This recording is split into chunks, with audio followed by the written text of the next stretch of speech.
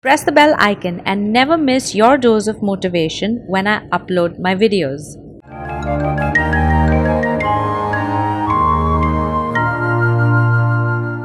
Hello and welcome to the Motivational Speaker Diaries. Well, it's been 23 years and I'm recounting all instances that stand up in my memory, and somehow it's the memories of the early days that have been coming up, and I've been reliving it and thinking, my God, I have come so far. 23 years ago when I started, people wrote me off saying, ये 1-2 साल का तुम्हारा शौक है और you will outgrow it. And I like that एक शौक को, if you continue and you create a dent, you create a legacy and you create an empire around it, and if that can be around a hobby or a shock, my God, your life is amazing. Well, my life is amazing. So before I get started, you gotta read my books. I have a few. I have to get some more from my office. I've written 10 inspirational books, so I can keep you busy for a long time, and by the time you finish reading my 10 books, I would have written some more. And they all are award-winning books, and if you want to be a writer, you can get the book How to Write a Book in 8 Days. These all are amazing books. Get them on my website, booksthatinspire.in, or Amazon, or wherever it is that you buy books. They're also available on Kindle, and write to me when you do read them. So I'm filling your week, your days ahead with motivation on YouTube, on Twitter, on Instagram, on Facebook, and in books, wherever it is that you choose, whatever platform of preference you have.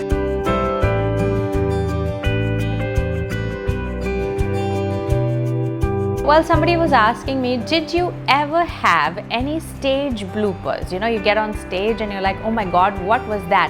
Now let me tell you, the stage is a sacred place. Many people say that. But also the stage is an open platform for people to make fun of you, for people to ridicule you. In fact, you are exposed on stage in a manner that people are going to judge, evaluate, and form a lifetime opinion about you, that every time now your name is mentioned, they will remember that thing you did on stage. I mean, people will total you up from head to foot.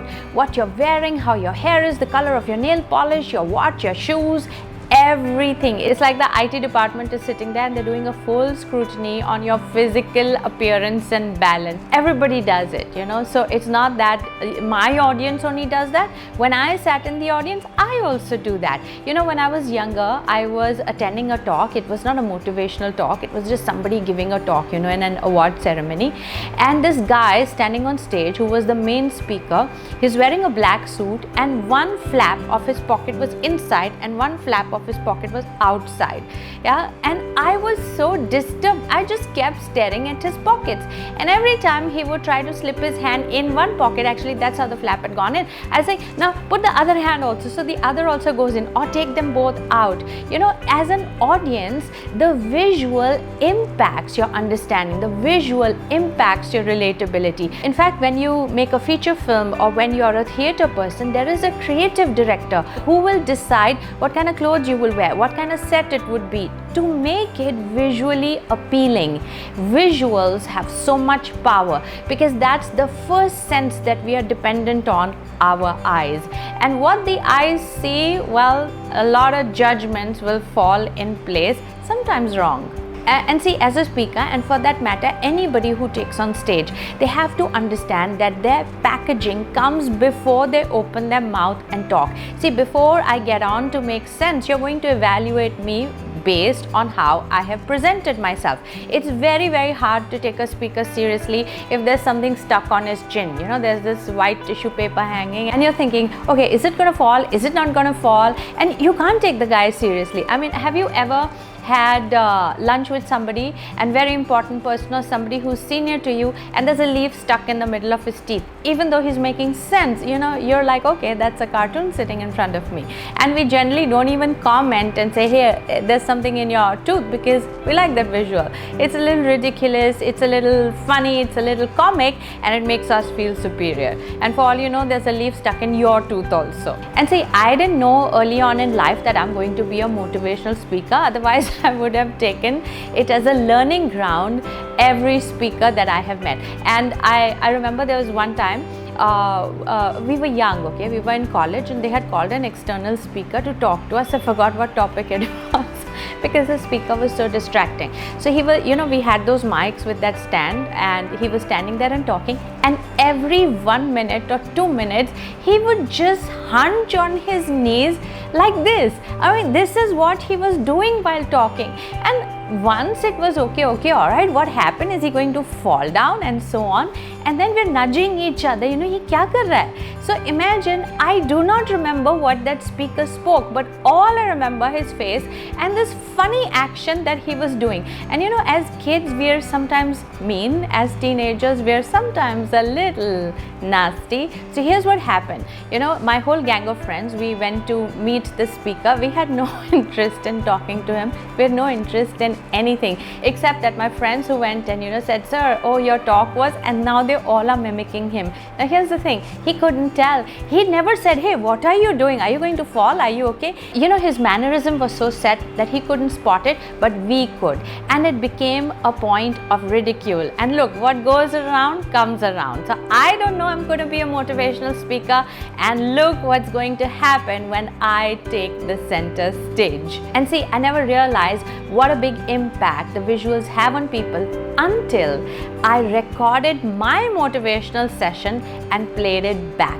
So here's what happened, okay? In the early days when I started, and even till today, it's a practice that I have maintained, I will record all my sessions, and then later I would come back and play it and see, what can be better, what I did wrong, and areas of improvement. So in the early days when I would come and play it back, I found my voice so irritating. Have you ever found your voice irritating, that somebody records it and you play it back and you're like, I don't want to hear it? So I found my voice so irritating that I would refuse to watch my videos. Okay, then a few months went by and I said, okay, let me take a critical evaluation of how I have grown so far. And here's what I noticed. So I'm standing on stage, and generally it's a 1 foot or 2 foot or sometimes even 3 foot, sometimes even a 3 foot platform, depending on the size of the audience. And here is what I found. Every time I'm standing on stage and talking to an audience that is sitting, lower, I'm looking up and talking. So this is how I'm talking. Hello everybody, and so on. I saw one video, then I'm watching another video, again I'm talking like that. Hello everybody, and so on and so forth. And I'm like, what? Why is my face turned up as if I'm looking at the ceiling? So imagine you turn your face up to look to the ceiling, and now you look down and you're talking to the audience. That's how I was talking. It was ridiculous to the point I wanted to die. Like, I was like, have people seen me like this? Why didn't somebody come and tell me that, Priya, you look insane. Where do you want to look? Make up your mind. And then I figured, see, I'm short, okay? I think I'm 5'2", maybe 5, but I like 5'2" better. So I'm 5'2", and generally everybody is taller than me. In my family, everybody is taller than me. So my general posture for talking is up. Okay, I'm always looking up to people. So I'm so used to my face turned up looking to people that I stand on stage, even though everybody is seated much below my eye level, my head is turned up and my eyes are down. That was stupidly funny, and that's when it all came back. Yeah, right. So you made fun of all these people. Actually, we never made fun at their face. We were just having a good time, talking usko dekh. There was one time this gentleman who came to talk again in our college time, and he was so funny. Okay, now here, not that he said anything funny. Here's how he would talk. He would laugh and he would go. It was so funny. He's laughing and he's shaking his head with the laughter. So he goes, and we all would burst out laughing. And the guy thought he's funny, that what he's saying is funny. But actually we were laughing at him, not his joke. And here's what people tell me about me when I'm on stage. They say, you're so funny that half the time we're laughing because you're laughing at your own jokes. Yeah, so, but I don't laugh like that. So that was hilarious. There was one time, this woman, okay, again it was an award ceremony, and I say award ceremony because I got so many awards. Yeah, I'd just go win everything. I hardly had any friends because they would hate to get into a competition that I got into. Okay, that's another topic. So here's how she was standing. Okay, she's leaning against the table, and not just leaning like put the hand on the table. She's leaning like angular, and we all were betting, abhi giregi, table kiska kya ho. So these are the audience comments that go on the back, which was a great lesson for me that Priya, now that you're on stage, what is the fun that's going to go on, you know, with the audience? What are they going to be telling? Ye dekh, wo dekh. Okay, after I got over the fact that I'm looking up and it looks really funny, and you know, I had to practice looking down and talking. It was tough. Yeah, so I spent so many hours just standing and talking to people like that and looking up. Now, in real life, that looks weird. That why are you looking at me like that? Because the minute you look like this, you know, your pupils go up and suddenly you look stupid. So either which way I interact with people, I was looking stupid. So now I have learned, you know, when in real life, if I meet you face to face, I will look up. When I go on stage, I will look down. So there was one time I was watching my video, and you know, I am obsessed with my hair. So you can see this constant thing, you know, so there'll be people commenting on my YouTube videos, how many times you touch your hair? You touched your hair 24 times, or you touched your hair 65 times. Now here's the thing, my touching the hair distracted them to the point that the message was lost, but this was like so irritating. So I love my hair, you know, so I'm obsessed with my hair. I will spend a lot of time doing it up and so on. So I was watching my videos and I saw that every time I turn, I make this elaborate hair splash. Okay, so for instance, if I have to turn there, I mean, you can just turn like this, yes, no, but I will turn like this, yes, and then like that. And you know, well, I've grown older, so my hair has become thinner, but when I was younger, I had this lush hair. So when I would turn, a whole windfall of hair coming like this, then I say, what did you say, sir? And now the hair is going like that. It's almost as if I'm in a shampoo or a hair oil ad, and I'm like, what is that? Now imagine my audience sitting there say, फिर घूमेगी देख, अभी फिर घूमेगी, फिर ऐसा करेगी.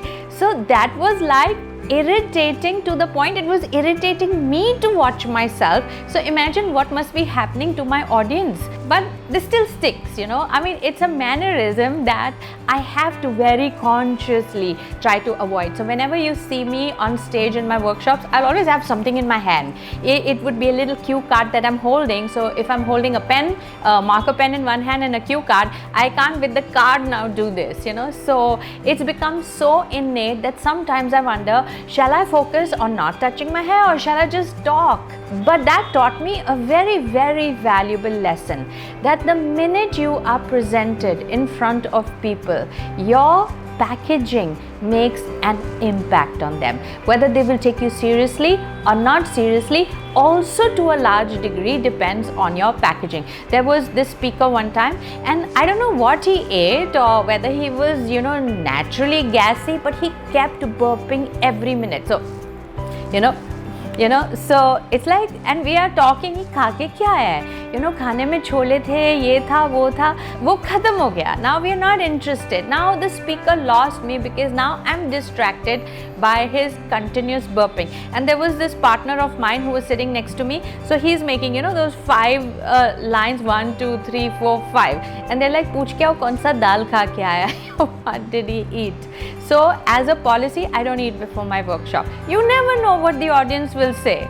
And the worst is adjustments on clothing. So when I am backstage, and I have seen this, especially men, okay, I don't know what it is with the speakers that they will come and now they will start adjusting their shirt. तुम पहले कर लो ना, 5 minutes पहले कर लो, adjusting the belt, again and again touching the belt, again and again putting the shirt inside, you know, and it's like you're seeing के, you know, oversized पहना है या अंदर चुभ रहा है कुछ, or is he afraid? Did he forget that he zipped his, you know, that what is going on? See, I'm trying to focus on you, I'm trying to focus on your talk, and now you're adjusting your shirt so I can see it, right? So now I'm also going to see what's wrong with your shirt. Or again and again you're touching your belt and I'm thinking, what is it? Is it, you know, pinching you, or is it, what is happening?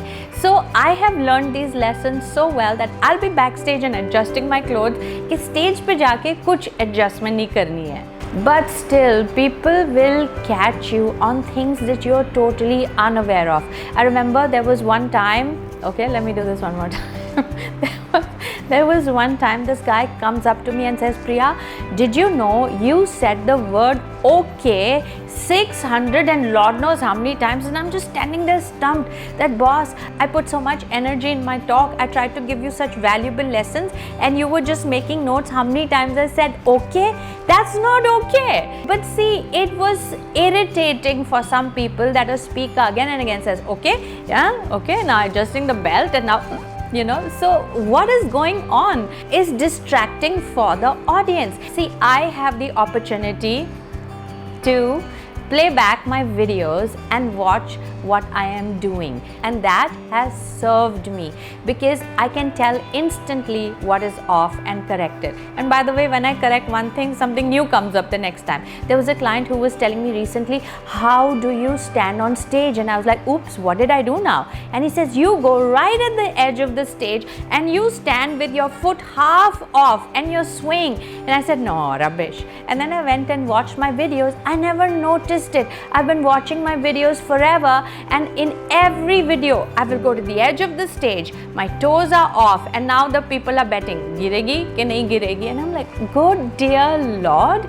just like you look at the world and form an opinion, know that the world is also looking at you and forming an opinion. I have the privilege that I can play back my work and see, what do you see when I stand on stage? Figure a way to do that for yourself. But still, I mean, you can't be perfect, but there are some things that you learn from others. I have a long list of things what not to do on stage, and yet when I think my list is complete, I will go and do one more thing which is irritating. Okay, now get my books. So I hope you enjoyed this. Okay, yeah, and I will see you next Wednesday with another story.